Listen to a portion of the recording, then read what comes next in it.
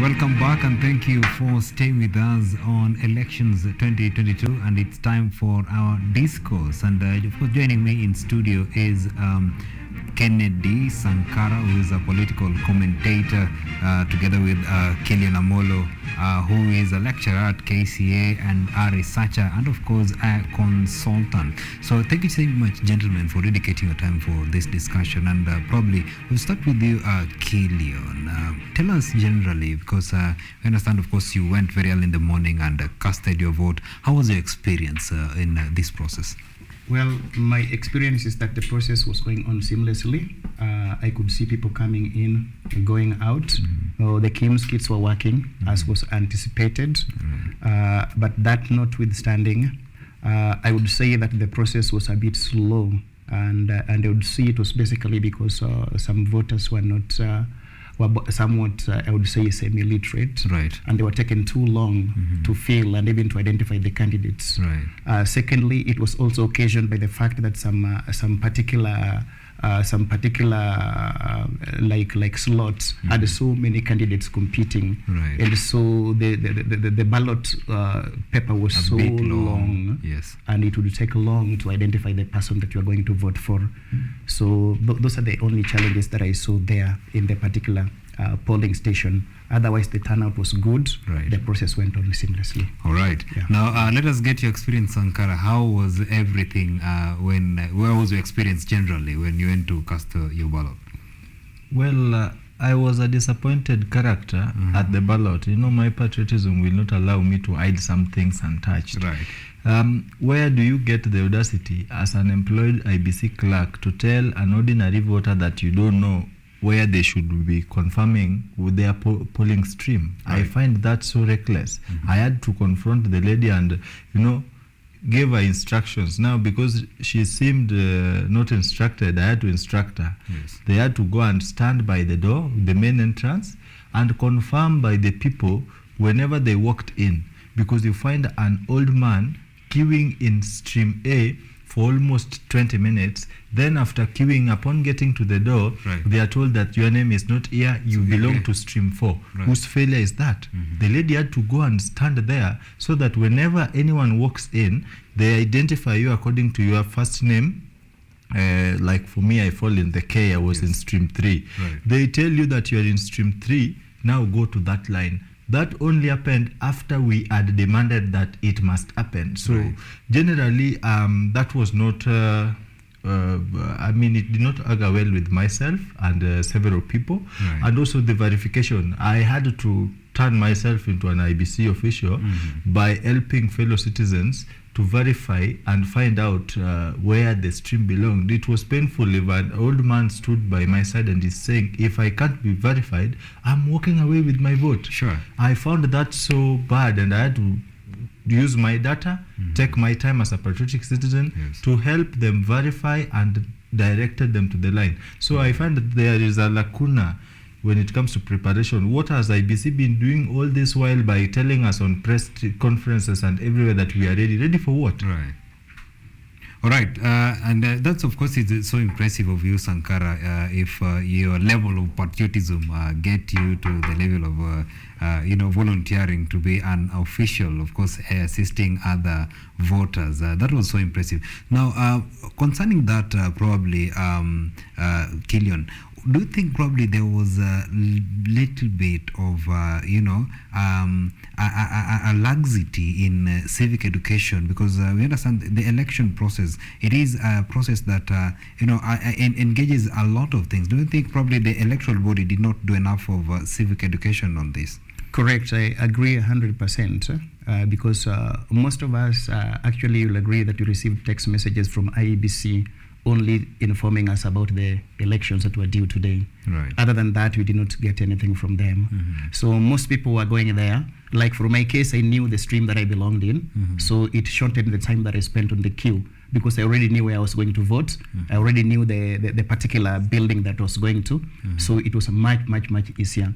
So there was laxity on the side of IBC, or in as far as voter education is concerned, in as far as the entire process is concerned anyway, because we saw cases in the media of some ballots that were supposed to be going elsewhere ending in other places. Absolutely. We saw cases of people's names, candidates' names missing on the ballot papers. Right. That is actually sleeping on the job. And of course, talking of that, we have seen youths in Rongai, in Rongai constituency in Nakuru County. They have actually been protesting because the candidate, probably a candidate that they were after, their names were missing in the ballot Absolutely. paper. And yet the electoral body and the chairman was giving presses updating the country that they were ready for this election. And I don't know, maybe because of these things that were happening concerning even the Kim's kit, because this is what is primarily required by the law to be used to identify the voters. And we saw an incident for even the presidential candidate George Wajakoya. When he went to cast his vote in Western Kenya, his name was missing in the Kim's kit. And they had to probably, I don't know what they did, so that later on he casted his vote. Sanakara, I don't know, what do you make of such things, considering that assurance that the electoral chairman was giving? It is a wrong. Actually, I would give you a case study of few areas that now raises the credibility of this election. I would still stick to the CJ Emeritus Dr. David Maraga's pronouncement in 2017 that election is not an event. Absolutely. It is a process. Yes. And the process must be law abiding. Mm-hmm. It is very sad that you wake up, go to vote. That is inalienable constitutional right to vote. Yes. But now the system is failing you. You can't be identified. I believe the printed manual register is a duplicate of the Kim's register. Just and a physical copy of. It has got security features. Yes. What is the hell of IBC not just availing that? And the problem also goes with our courts. I don't know, this old bearded, bald men are in a supremacy competition. Yes. You find High Court giving directive A, Court of Appeal giving B. Now look at the timing. We are going to cast our vote the following day in the morning. A coalition goes to court. No, it was not a coalition, it's the UDA party. Now, the most interesting thing is UDA party protested against manual register, and Rigathi Gachagua, who is the running mate, could not be identified on the Kim's kit and now had to resort to manual register. If the court order stands still, I'm not a legal person, but is that not obstruction of the legal process? What are they communicating? The entire process, it sounds sham on my side. Mm-hmm. I believe in transparent, verifiable processes, especially where public money is pumped. This is not Chebukati's donation. This is not UN donation. It is Kenyan taxpayers' money. When we invest our trust in independent institution, what we expect as citizens and a patriotic citizen is a transparent process. So it is very wrong for a Kim's kit to fail to identify you. I would give you a case. Yes. 60 years after independence, we are still printing our ballot papers in Greece. In Greece. Yes. Between the IBC ballot paper and a Kenya shilling note, which one is more prestigious? If we can print our notes in Delaru under the supervision of the military and all those other people, yes, why can't we print our ballot papers locally so that in case we have a mistake, we can rectify them as fast as the word sounds? Absolutely. Look at Nakuru. Chebukati is ever on press briefings. He talks as if he did not take supper the previous night. Mm-hmm. He says that we are ready. Raymond Moi goes to the ballot box, finds his name missing. Is that preparation? Did the word preparation change its mind? You go to Oma Bay in, how do we call it, Masare or whatever. Mm-hmm. The 83-year-old woman who could not be identified. That woman is so patriotic that besides her age, and all those problems, she could still wake up to queue only for Wafula Chebukati-led IBC and their failed or fake Kim's kit to fail to identify her. Mm-hmm. Whose problem is that? Is the woman working with the IBC? She is entitled to vote. But now Wafula Chebukati, through his incompetency and inconsistency, when these ballot papers were being printed, I believe there was a team of experts dispatched from IBC to go and verify. What were they doing? Mm-hmm. They boarded a plane to Greece on a public ticket took tea and slept in high-end hotels only to do nothing. They come back. In fact, they should be arrested. What were they doing? All right, Sanakara. Now, I don't know, Killion, because of these things that, these questions, the issues that are emerging with this election, despite the fact that the electoral body, the chairman of the electoral body, assuring Kenyans of a free, fair, and credible election. Do you see this election ending as free, fair, and credible, as he had assured Kenyans previously? To be honest, I don't see it being free, fair, verifiable, and transparent as is provided for in the law. Because what you are seeing now is that IEBC has just been a bed of slumber. These people, what they speak and what they do is not the same. There are certain things that ought to have been put in place way a long time ago before the elections, like verifying whether some people's names are on the ballot or not, like putting in place what is supposed to go where and who is supposed to be doing what. And right now we have that last minute mix-up, which is making the process to look so much not credible. Right. Yeah, so the credibility of the entire process is being put in doubt. All right. And of course, these 2022 elections, it's not just an election, because we have seen away from the citizens, it is of interest to other, even other countries, and even internationally. The international observers are coming in. The international media are keenly watching on this election. Sanakara, considering how things are going, how do you foresee the end of this election? Because it also comes at a time when Kenyans need peace. We are just reeling from the effects of COVID-19, from the food crisis, the tough economic times, the huge burden. How are you foreseeing the end of the whole process? Well, let me take a dynamic twist to respond to you. I happen to be a lecturer at my institution. Right. And at KCA, I study procurement. And procurement is all about process, nothing like any other thing. The moment you deviate process one, the end result is null and void. Right. So I foresee a null process. A null result, because if elections are about processes, and the processes must be constitutional, then here, let me just respond to the credibility of this election. Right. And I will make a little reference. Look at the ghost voter in Kangemi. He faults IBC. He is called, I don't know who, Onyango. He went to cast his vote. He was told that he had voted at 8 a.m. Yes. He did not have a mark on his hand to justify that he had voted, and himself, he was not yet there by that time. Who voted on his behalf? Ghost voting, incredible, null and void. Right. Go to Nakuru, Raymond Moi missing on the ballot paper, and he has been there, and IBC has been promising that, the same IBC verified him. The same IBC sent people abroad to go and verify the printing of the ballot papers. He is not there. Is it credible? The people arrested in Kilgoris with already stuffed ballot boxes. Is that credible? How do you call it? This old mama who cannot afford to vote, the presidential candidate himself, leave alone the common mwananchi like myself, a presidential candidate could not be identified. Do you think if election results, would Wajakoya not have voted, then the results are tallied and given out?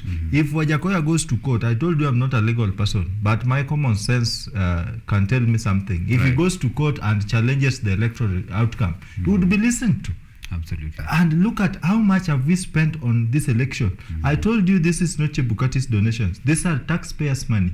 Now imagine you're battling with Unga crisis, sacrificing for an election only for someone to come, and if the process is not going to be as consistent as it should be, it doesn't matter who is watching, whether it is international or etc.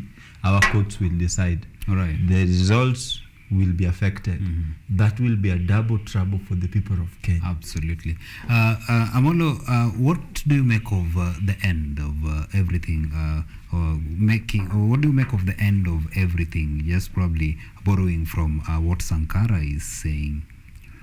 The end of it, if the process, I remember from Magara's ruling in the last election, if the process is not credible, then the end is a nullity. Absolutely. Yeah, that is what I can say authoritatively. And do you think it will be easy, because the main focus here, in as much as even other elective posts are important for the electorates, but the main focus is on the presidency. Yes. Do you see probably if all the presidential candidates will be contented with the results that shall be relayed or announced by the chairman, the national the returning of the national tallying officer of these results? Yeah, the problems that we've had so far, I don't think there is any pronounced problem that we've had regarding the presidential elections. Right. We've had issues with these other positions, but so far the presidential election, we've not had any hitches, right, or any anomalies that has been reported anywhere. That one I can say. All right. Maybe we move to another thing which is also very important in this election. The apathy. Oh yeah. The apathy, because our correspondents and reporters in other polling stations, they have said that they are noting a difference comparing it with the previous general elections. People are not turning up. There is not that enthusiasm for voters to go and cast their votes. Sanakara, what do you think could be the reason for this? Why don't people want to go and cast their votes and make a decision of how things will be moving, how they shall be ruled in the next 5 years? Omondi, you know, from political science, voter apathy is just lack of interest Absolutely. by voters to, eligible, not Yes. eligible voters to turn out and vote. Now, this is a very funny election. From IBC, it was already past noon, and they can report that 30% turnout, that is 6 million. 6 people. million, yes. So can you imagine 22 million people registered to vote, Yes. but we are coming midday and only 6 million has voted. Yes. This vote apathy, this is a discussion I've been having elsewhere in other media stations. And I would say authoritatively that it is an intertwined challenge. Right. One links to the other. It is more prevalent among the young people, and when you sit with them and get the concerns that these young people are giving out as to why they are not likely to turn out and vote, they are convincing. But again, as a patriotic citizen and as a leader, a youth leader, I insist on the element of turning out and voting. Look at Raila Odinga. Yes. He is 75. He has been vying and he's still chasing his dream. What makes a young person think that if I voted last time and it did not work, it will not work again? You have to keep it, tap it. You have to go. So the vote apathy is very serious. Right. And it is a shock on the other presidential candidate. Let me take, for example, the UDA. They've been campaigning in Mount Kenya 1 million times. And today you look at the turnout in Kiambu, it is disgusting. Right. You go to Othaya, it is the same thing. So you wonder what is not happening. But why this is it a political? When you're saying that, Kenya Kwanza has been campaigning, of course, in the mountain, and Azimio side has also been the Azimio side has also been campaigning in the mountain. Why don't we see the youths, of course, the large number of supporters, of course, probably from the other camp coming in to vote? Well, I will tell you this for a fact, and apologetically, and I do speak my mind. I'm not here to entertain anyone. Right. Not to, yeah. But these politicians have mastered the art of ferrying. In fact, you may wonder, some of them worked in the cargo industry. Right. They are ferrying people like the cement from Mombasa to Uganda. Right. They have been talking to masses of paid people. Right. Masses who are not enthusiastically interested in listening to them. Now, in Kijaluo, someone quote, and I would quote, Yuko Jamna. Yani,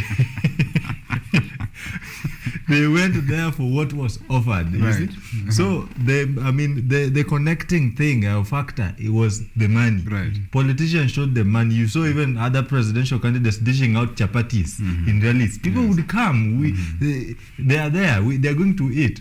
Now it is time to vote, wakati wa kukula uleisha, ni wakati wa kupiga kura. Right. But again, these masses are people who are not eligible to vote. I would tell you for a fact, this morning I woke up to go and cast my vote. I left where I stay, which I will not mention, but I passed somewhere through Githurai. Right.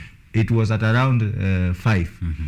I mean, when I was coming back by around 8, the notorious faces that I usually see shouting "Mheshimiwa, Mheshimiwa" were the same faces paraded along the road. I was wondering, is there a polling station next to this road? So what am I trying to say in several sentences is that the people who politicians have been investing in are not actual voters. Actual voters are serious people. They are engaged. They know what they want to listen to from a politician. But our politicians who are, they get some euphoria in the masses. Now they will just ferry any other person, even a mad person in the streets, Pandagari, we will go.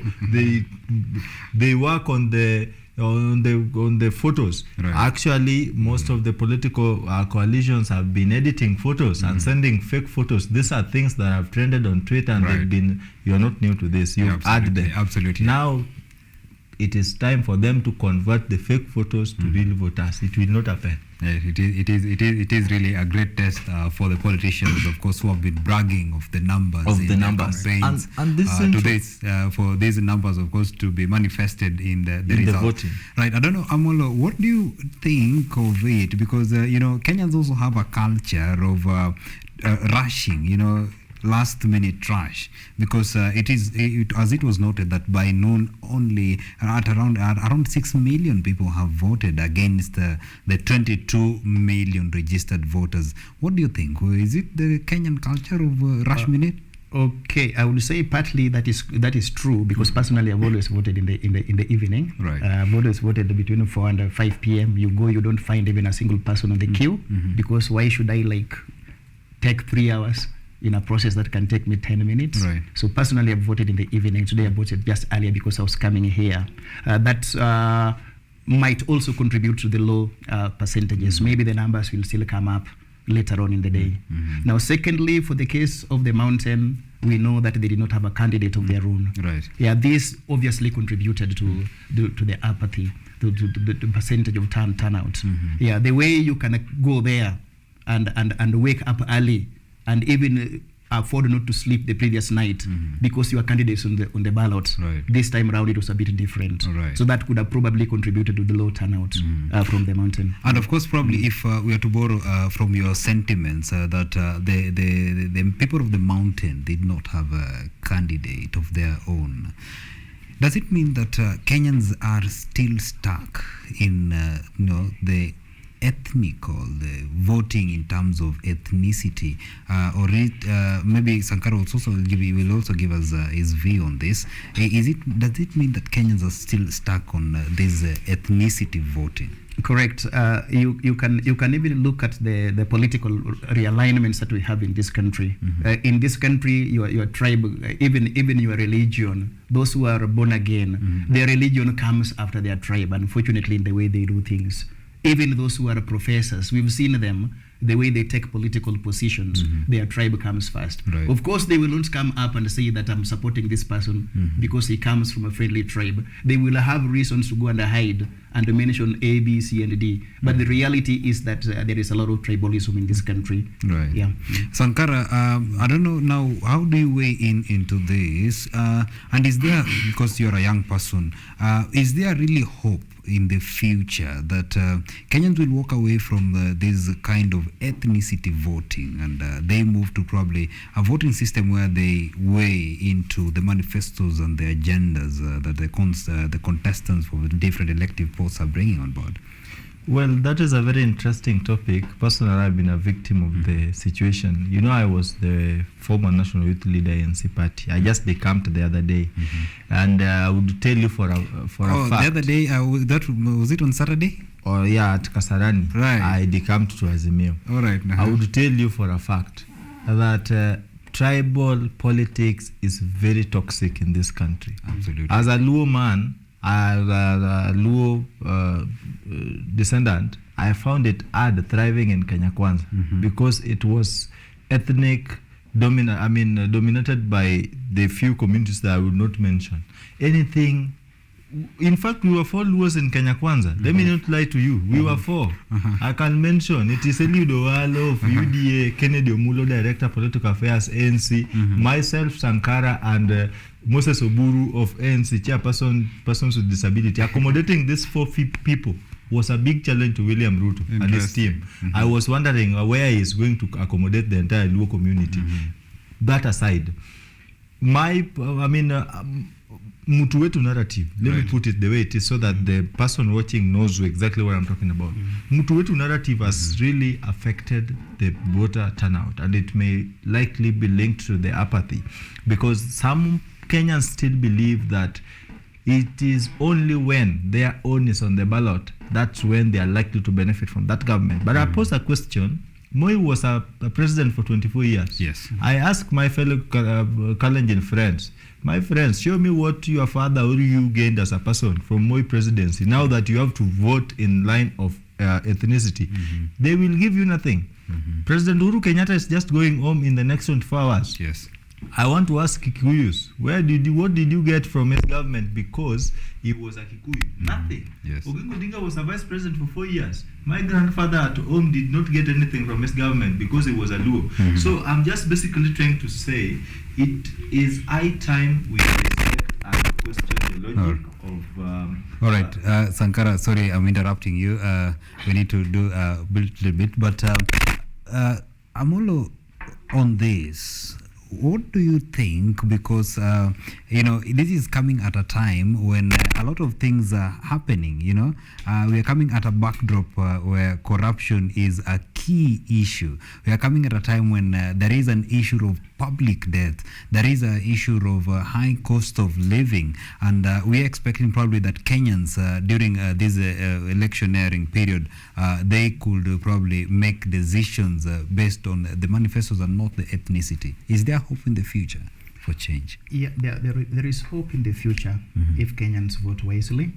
There is hope in the future if Kenyans remember how their political class and the political leaders have disappointed in the past, saying this, and when they get there, they do the exact opposite of what they believe in and what they stand for. Right. I want to speak this to those who are listening to us, that the economy, the strength of this economy depends on the political process that we are doing now. You vote in the wrong people, the economy will be on its knees, will remain on its deathbed. You vote in the right people, the economy will begin to thrive. People who will bring in the infrastructural development in this country, people who will bring in an enabling environment to do business, people who believe in reducing the cost of living, people who believe in empowering the local citizen by ensuring that there is access to education, access to medical care, access to housing, access to clothing, and ensuring that the quality of life is improving. If people vote wisely by considering all these, then we will not have to regret. Right. Yeah. Sanakara, you are having a very interesting sentiment that probably I really wish you continue with it.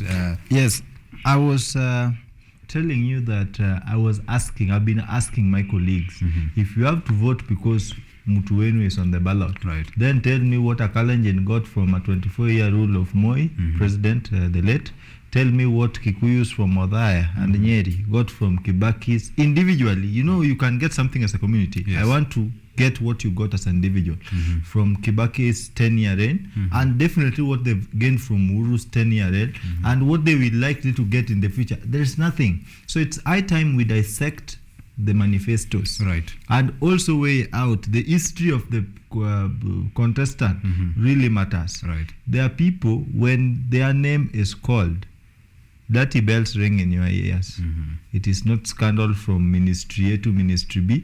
It is not scandal from and some, it is when their name is tagged, you hear freedom there and there. I don't want to call people names, but what I'm just trying to say is that it's high time we get to question the logic of the manifestos, the implementability, the timing, and also the transparency from the people who are writing those manifestos. In Kenya, manifesto today it is like composing a song. When it comes to election, people are just writing anything.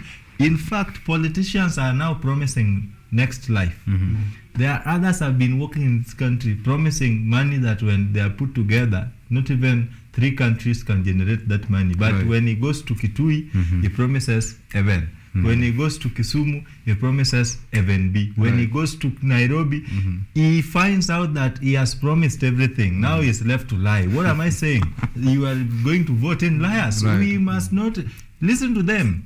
When you walk into that polling booth like today, I don't think there is anyone who saw what I marked. I've seen people circulating photos of people they voted in, which is contrary to the laws. Because that automatically rubbishes the secrecy of the ballot voting.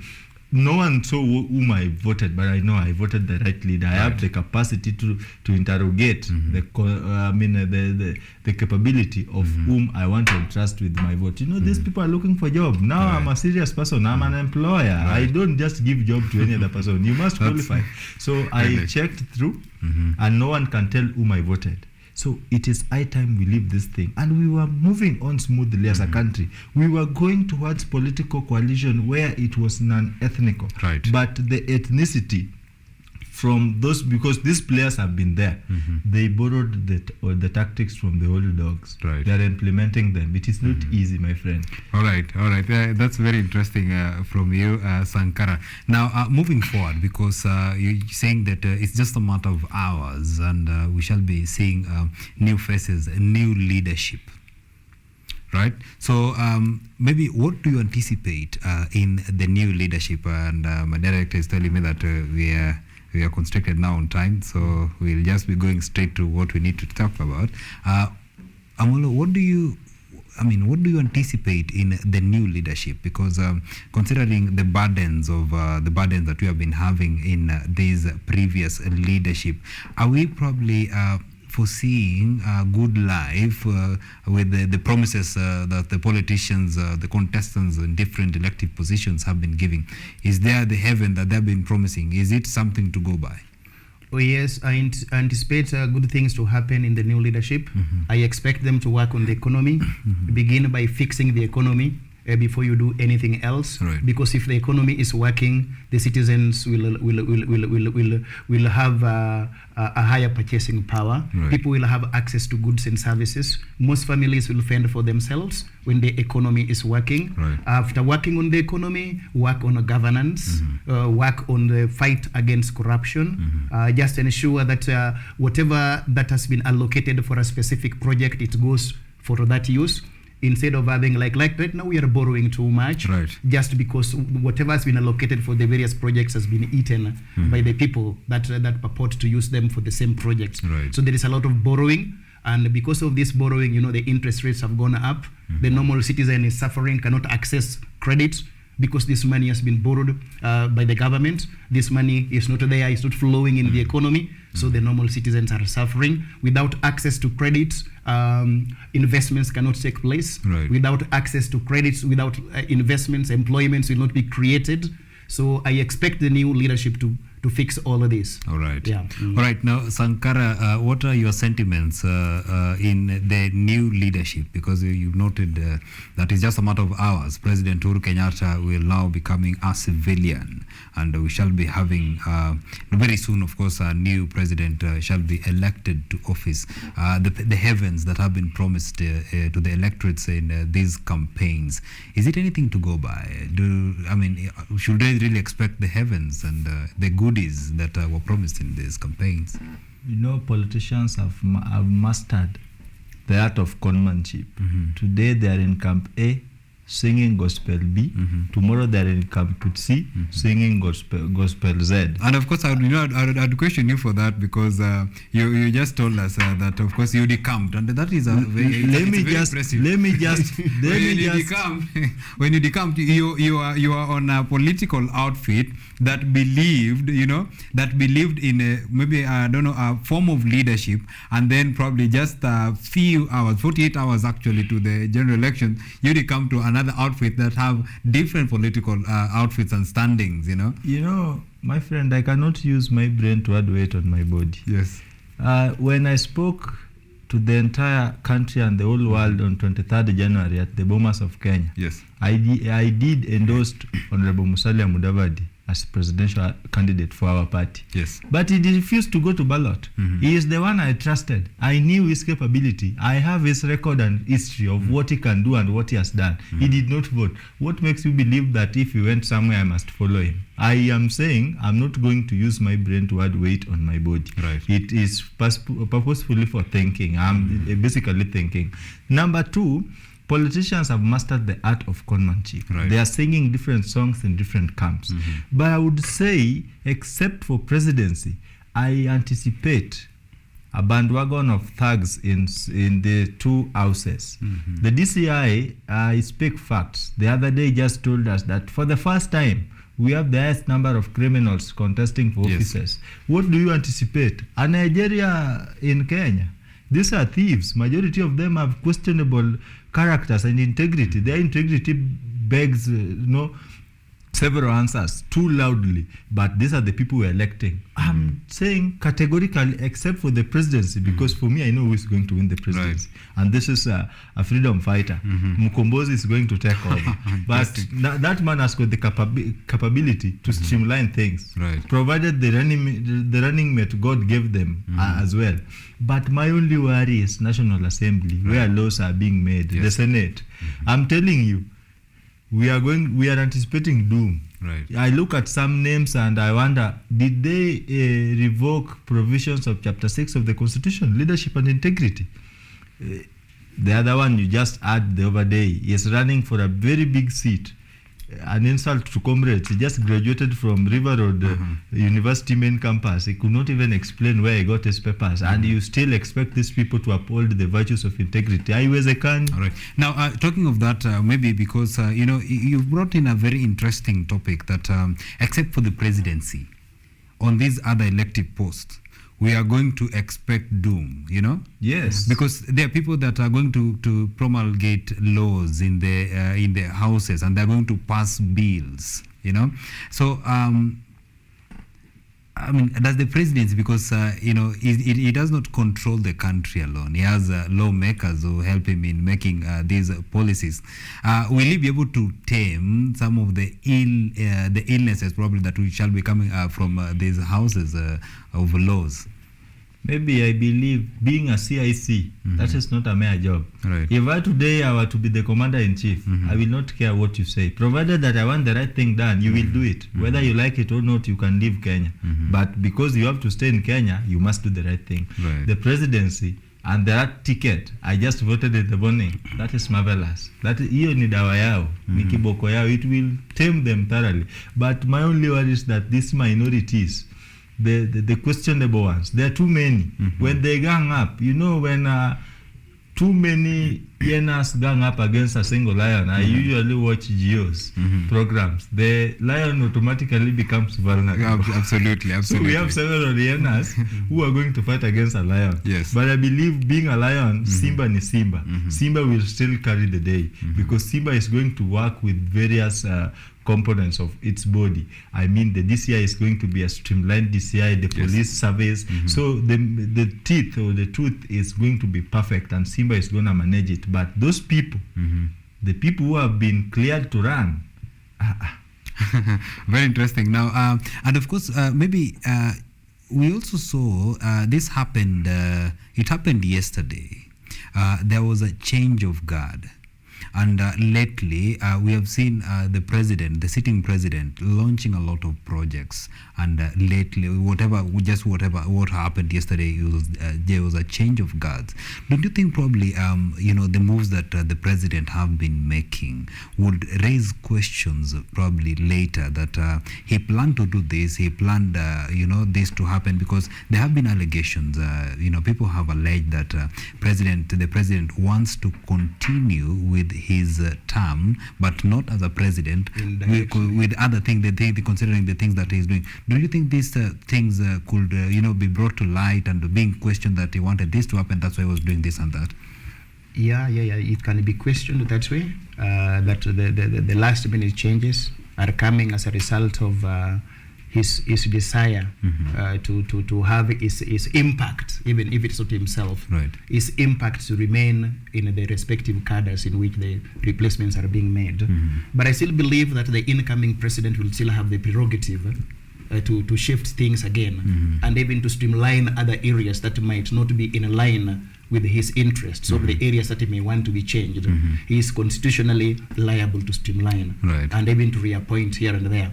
Yeah. And maybe if we borrow from what Sanakara has just said, that he believes that our president will rise, and he is referred to the president that will rise as Simba. But one unfortunate thing is that he's being surrounded by a lot of hyenas. In the first term of this Jubilee government, the opposition was very steadfast, and it kept the government on toes. Yes. Looking at the new government that is coming, we shall be having, of course, from the 4 presidential candidates, one of them will be president, and others who will be, others, of course, now will be, they form part of the opposition, something of that sort, because they are not part of this leadership. What do you see of this government? Will they be able to keep that the sitting government on toes, or will they be probably derailing the developments of the government that shall be taking office? Yes, it might not work as such, because when you see both sides of the political divide, these people are schemers, and every time, even me, if you take me there, I will have a way of reaching out to the other part almost immediately for political survival. So we see a case in which whoever wins will reach out to a few parties on the other side, Right. and form a formidable coalition or a formidable political outfit that will be in a position to pass bills in parliament that are in line with the interests of the government. Right. Yeah, so I foresee that going forward, that when the person who is anticipated to win wins, some of them have said that they will have handshakes even after the elections. Right. We've seen that in the media. All right. Now, Sanakara, maybe to get this from you, because you've already given us your stand that you already know that you know who is going to be the president, and you strongly believe in that. I don't know whether that could be manifested in the defection that we just saw on the day where you defected to Azimio. So I don't know whether you believe in the Azimio presidential candidate could take the day, or you believe that you just decamped and you believe the presidency is on the other side. I don't know about that, but the leadership in the new government, how do you foresee it concerning, maybe borrowing from what you just said, Asimba is going to be there and the hyenas surrounding him? I've told you, it doesn't mean that Azimio is composed of saints. Yes. Neither does it suggest that Kenya Kwanza is composed of saints. Absolutely. And you even overheard from other leaders. There are people, candidates who are contesting on various tickets, but even personally in my consciousness, I would not vote them. I would not compromise my leadership and integrity values in favor of political coalitions that are never going to be there forever. This is a grave mistake you are making. They are going to affect the children of your children, and they are also going to affect you as an individual. Just imagine at my age, I'm not even half second floor. And I know yesterday was my birthday. We are born on historic days. I will be looking. So this is a decision that is going to affect people that look upon you or look up to you now and tomorrow. Right. I just said the lion is there, but the hyenas are also there. When you see these political divides, these are hyenas united, but again divided to fight for the meat from different ends. I would tell you for a fact, I'm not lying, and it is a very sad state of affairs, because at that particular point in time, the most desperate and affected person is the common mwananchi. Right. When these people are fighting, you will come to realize that, me today, even if there were to be violence, I cannot participate in person.